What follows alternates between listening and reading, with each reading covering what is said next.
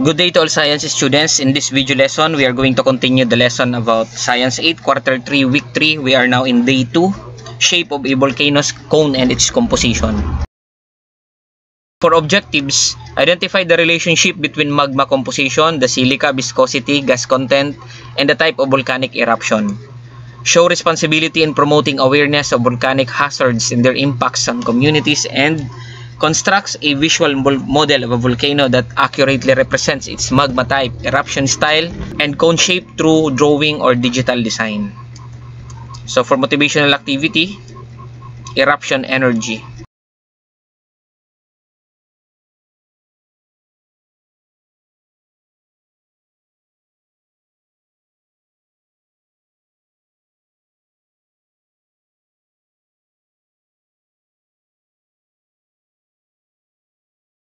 Okay, shape of volcano's cone and its composition. The shape of a volcano is influenced by the type of magma it produces. Example, magma type, basaltic magma. So silica content, low silica. Viscosity or yung thickness, runny, flows easily. Gas content, low. Eruption type is quiet. And the shape, broad shield volcano. Okay, we have andesitic magma. So medium silica, sticky, medium viscosity. Mas mataas ang viscosity niya doon sa isa. Gas content, medium, moderately explosive, steep-sided composite. Okay, the third one, rhyolitic magma. This is high in silica. So pag mataas ang silica, that is high, thick, or viscous. Mataas ang kanyang viscosity. So gas content, high. This is very explosive. And dome shape or steep cinder dome ang kanyang shape. So low silica magma flows easily, gentle eruption, wide volcano. So hindi siya masyadong mataas yung pagtilapon ng mga materials. So, kasi mababa yung pressure, so parang dumadaloy lang siya sa panabi. So high silica magma traps gases, violent eruption, or steep volcano. So dun sa dalawang uri po ng eruption natin, yung quiet and explosive eruption. Sa magma type, kapag quiet, basaltic. Kapag explosive, rhyolitic or andesitic.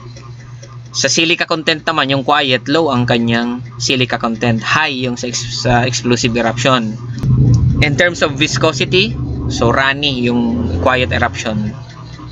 And thick yung explosive eruption. Gas content, yung quiet eruption is low, and high naman yung explosive eruption. In terms of pressure build up, so pag quiet, mababa ang pressure. Yung isa, naging explosive siya because of high pressure.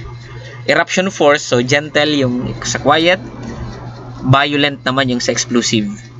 Example na volcano niyan sa quiet eruption is Mauna Loa, at sa explosive is Mount Pinatubo.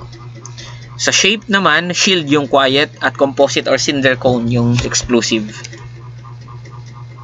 So for activity, ayan, design your own volcano. So instruction, draw or digitally design your own volcano. Choose the magma type, basaltic, andesitic, or rhyolitic. Label the volcano shape, eruption type, and key characteristics. Give your volcano a creative name. Example, Mount Rani Lava or Blast Dome. Ayan, guide questions. What type of magma does your volcano have? Is it quiet or explosive eruption? How does your volcano's shape show that? Paano mapakikita doon sa drawing mo sa shape na talagang siya ay explosive or quiet ang kanyang eruption? So ito yung rubrics. So